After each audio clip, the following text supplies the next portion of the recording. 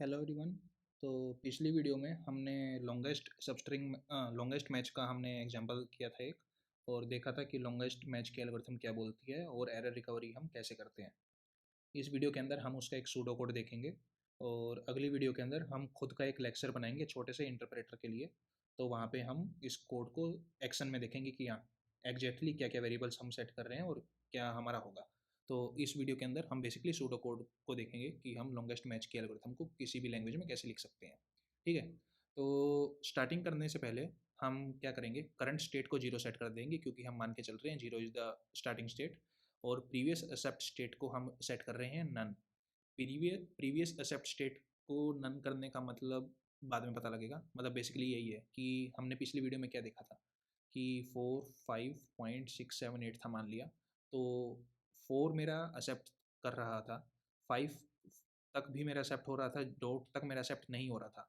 तो अगर मान लिया इसके बाद मेरा ए था, तो लास्ट एक्सेप्ट स्टेट मेरा 5 तक गया था, क्योंकि डॉट के बाद ठीक है, दिक्कत नहीं आएगी।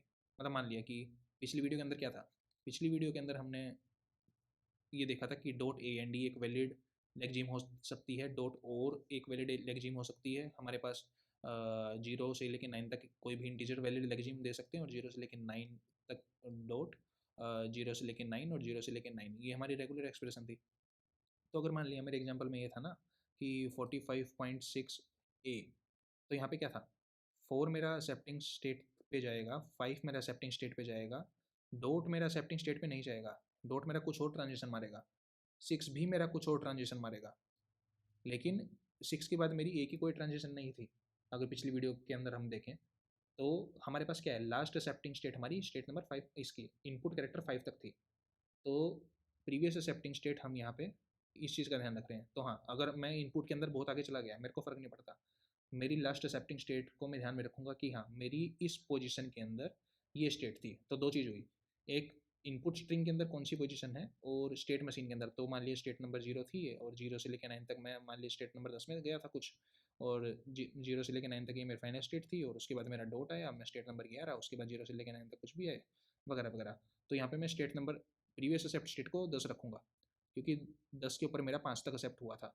उसके बाद मेरा डॉट आया, कोई एक्सेप्ट स्टेट नहीं था, 6 आया, कोई एक्सेप्ट स्टेट नहीं थी। ठीक है, ये हो गया। ये है हमारा प्रीवियस एक्सेप्ट स्टेट का वेरिएबल्स। और इसके अलावा हमें ज़्यादा वेरिएबल की ज़रूरत है ही नहीं, हमारा काम इतने में हो जाएगा। वैसे बुक कीपिंग के लिए और भी वेरिएबल्स होंगे, हम देखेंगे। तो ठीक है, लेकिन मेन वेरिएबल्स ये दो हैं। अब उसके बाद हम देखते हैं लुक अहेड। अगर मेरा एंड ऑफ इनपुट आ गया, हम जानते हैं कि अगर मैं गेट कैर करूँ किसी भी फाइल को ओपन करके, और अगर ये मेरा ई ओ एफ देता है, इसका मतलब है मेरी फ़ाइल ख़त्म हो चुकी है। अगर मेरी फ़ाइल ख़त्म हो चुकी है, मैं सिंपली रिटर्न जीरो कर दूंगा। मतलब एक तरह से मैं बता रहा हूँ कि मेरी और लेक्सीम बची नहीं है। जीरो की बजाय कुछ और भी हो सकता है, इससे फ़र्क नहीं पड़ता, बस एक तरीका बताने का कि हमारी फ़ाइल ख़त्म हो चुकी है। ठीक है, आगे चलते हैं। तो जब तक मेरा इनपुट ख़त्म ना हो जाए फाइल के अंदर, तो इस कोड के अंदर हम क्या कर रहे हैं, इस कोड के अंदर हम एक वेक्टर टाइप रिटर्न कर रहे हैं कुछ। तो वेक्टर या मतलब एरे, एरे ऑफ टोकन्स, कि हाँ ये टोकन्स थे, ये टोकन्स थे और ये टोकन्स थे, एंड सो ऑन। और सी प्लस प्लस के अंदर हमारे पास होता है वेक्टर। तो एक ऐसा एरे जिसकी लेंथ रन टाइम पे हम बढ़ा सकते हैं। अगर ये पता नहीं है तो बेसिकली एरे एक ऐसा एरे है ये जिसका साइज हम बढ़ा सकते हैं। मतलब कितने भी एलिमेंट इंसर्ट कर दो, हमें पहले से साइज पता होने की ज़रूरत नहीं है।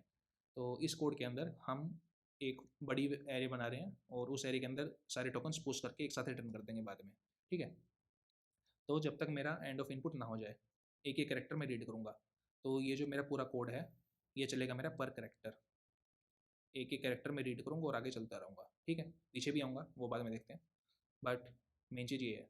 उसके बाद तो अगर मैं एक ट्रांजिशन कर सकता हूँ लुक अहेड के साथ। तो लुक अहेड क्या है, मान लिया मेरे किस पे था, 45.56 था। ठीक है, अब मैं 5 तक रीड कर चुका हूँ, अब लूप के अंदर मैं डॉट को रीड करने वाला हूँ। तो इस केस में मेरा लुक अहेड होगा डॉट, या जब मेरा कोड स्टार्ट होगा, कोड स्टार्टिंग में मेरा लुक अहेड होगा 4। मैंने 4 को अब तक रीड किया नहीं है, मैं लुक अहेड कर रहा हूँ, मतलब मैं आगे जाके देख रहा हूँ कि मेरा क्या कैरेक्टर इनपुट में आएगा अगर मैं उसको ट्रांजिशन में लूँ। ठीक है, तो मेरी क्या होगी, स्टार्ट स्टेट 0 थी, और मान लिया मेरी स्टेट नंबर 10 थी, जो कि मेरा 0 से लेकर 9 तक वाला था।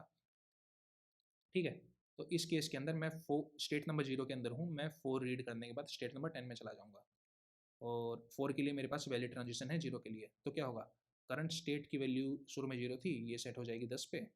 और एडवांस द इनपुट का मतलब है इसको मैं रीड कर लिया हूँ, अब अगली बार मैं गेट केयर करूँगा तो मेरा 5 रीड होगा। ठीक है, अब गेट केयर वगैरह सी प्लस प्लस के सीमेंटिक्स हैं, तो ठीक है, अगर वो नहीं पता तो बेसिकली ये मान लो कि हम चेक कर सकते हैं कि ये अगला कैरेक्टर क्या है, और अगर हमारा काम हो चुका है तो उससे अगले कैरेक्टर को रीड करने के लिए हम करंट कैरेक्टर को डिस्कार्ड वगैरह कर सकते हैं। ठीक है, ये लैंग्वेज डिपेंडेंट है, हम इसके ऊपर नहीं जा रहे इतना। तो इफ़ हमारी करंट स्टेट एक्सेप्टिंग स्टेट है, तो मैं बेसिकली करंट इनपुट पोजीशन को स्टोर कर लूँगा टेम्परेरीली।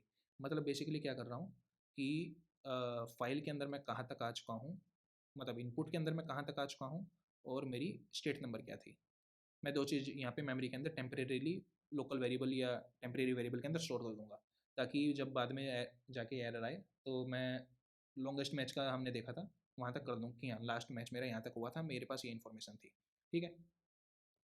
तो जब तक मेरे पास ट्रांजिशन है मैं करता रहूँगा। जैसे ही मेरे पास ऐसा कोई कैरेक्टर है जहाँ पे ट्रांजिशन नहीं कर सकता, इसका मतलब है कि मेरे पास 2 केस हैं, या तो मेरे पास एरर आई है या मेरा लॉन्गेस्ट मैच पहले हो चुका है, मैं उसको रिटर्न कर दूँगा।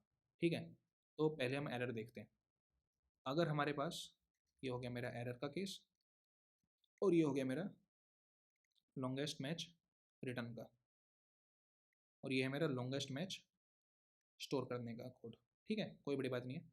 तो अगर मेरे पास कोई भी एक्सेप्ट स्टेट अब तक आई नहीं है, जैसे कि हमने देखा था 45.56 डॉट ए एन डी के अंदर, तो चलो ठीक है एक्सेप्ट स्टेट आ गई थी, लेकिन इसके अंदर कोई एक्सेप्ट स्टेट नहीं थी। 45.6 ए एन डी 45 तक आ गया था, लेकिन डॉट 6 तक मतलब कोई एक्सेप्ट स्टेट नहीं थी, यहाँ पे दिक्कत आ गई थी हमारे पास। कोई ना, तो यहाँ पे क्या होगा, हम एरर रिपोर्ट करेंगे कि हाँ हमारे करंट इनपुट कैरेक्टर पे, मतलब जिससे हमने स्टार्ट करना शुरू किया था, वहाँ पे एरर है। और फिर हम करंट लेगजिम को डिस्कार्ड कर देंगे और इनपुट कैरेक्टर को रीसेट कर देंगे। करंट लेगजिम को डिस्कार्ड करने का मतलब कि करंट लेगजिम मेरी शुरू में डॉट थी, फिर मैं 6 को लुक अहेड किया तो डॉट 6 यहाँ पे मेरी करंट लेगजिम हो गई, मैं इसको डिस्कार्ड कर दूंगा। 2 कैरेक्टर मैंने रीड किए थे, 2 कैरेक्टर में पीछे चला जाऊँगा, ऐसा कुछ। एग्जैक्ट डिटेल्स हम सी प्लस प्लस के कोड में देखेंगे अगली वीडियो में। ठीक है, तो काम ख़त्म अपना, और ज़्यादा कुछ है नहीं इसमें, सिंपल सा कोड है। तो करंट स्टेट को मैं वापस 0 कर दूंगा, क्योंकि मशीन को मेरे को स्टार्टिंग में लेके जाना है। और अगर मेरे लॉन्गेस्ट मैच हो चुके हैं पहले, मतलब कि एक्सेप्ट स्टेट मैंने अब तक देख चुका हूँ, तो backup to last accept state और डू नेसेसरी स्टफ, जहाँ पे हम बेसिकली एरे के अंदर अपना ऐड करके एरे का साइज़ बढ़ा देंगे।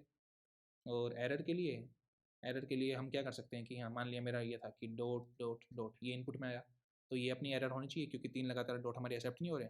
तो वेक्टर के अंदर या एरे के अंदर हमारा क्या होगा, डॉट अंडरस्कोर एरर। तो जब भी नई एरर आए मैं देखूंगा कि वेक्टर के अंदर क्या पहले एरर आ चुकी है। अगर पहले एरर आ चुकी है तो मैं इनको कंबाइन कर दूंगा, ऐसा कुछ कर दूंगा। और फिर फाइनली यहाँ पे मैं कर दूंगा रिटर्न, ये लिखा नहीं मैंने, तो ये रिटर्न एरे ऑफ टोकन्स। ज़्यादा कुछ है ही नहीं। लेक्सिकल एनालिसिस सबसे आसान फेज है। दिक्कत आएंगी आगे, मतलब जहाँ पे अपने को थोड़ा सा मतलब समझना पड़ेगा, हाँ कि हाँ यहाँ से ये होना चाहिए, यहाँ से ये होना चाहिए, लेकिन लेक्चर के अंदर कोई लॉजिक है ही नहीं। बिल्कुल इंडिपेंडेंट यूनिट है, छोटी छोटी चीज़ों के ऊपर काम करती है।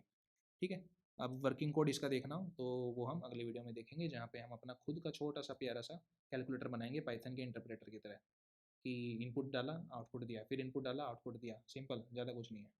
ठीक है, मिलते हैं अगली वीडियो में। और ये वीडियो अगर पसंद आई हो तो लाइक लाइक करें, शेयर करें, कमेंट करें, सब्सक्राइब करें, और कोई डाउट हो मेरे को कमेंट में बताएं। Thank you.